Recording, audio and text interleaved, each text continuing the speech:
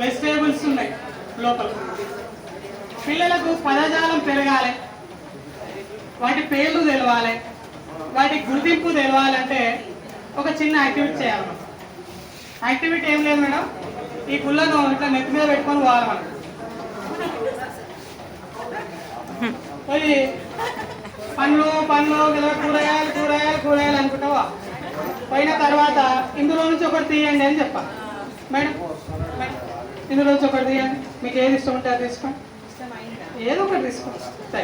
అది దాన్ని ఏమంటారు అలా చెప్పండి. తెలుగులో అయినా ఇంగ్లీష్లో అయినా. పుచ్చకాయ, వాటర్ మిలన్, ఫ్రూట్, అదొక పేరు, అంటే గుర్తింపు అనేది తెలియడానికి. అది అక్కడ. మేడం మీరు ఒకటి దాన్ని ఏమంటారు?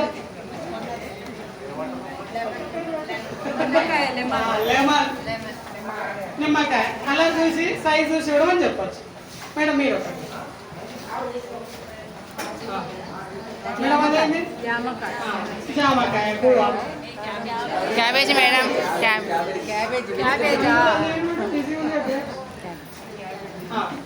మేడం అదే చూపించండి.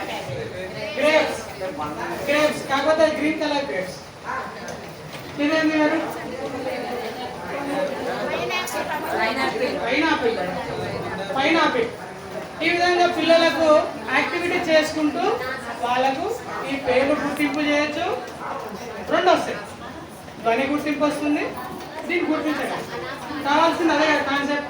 ఇట్లా అన్ని వెజిటేబుల్ ఉన్నాయి, బీరకాయ, వంకాయ, బ్రింజాల్,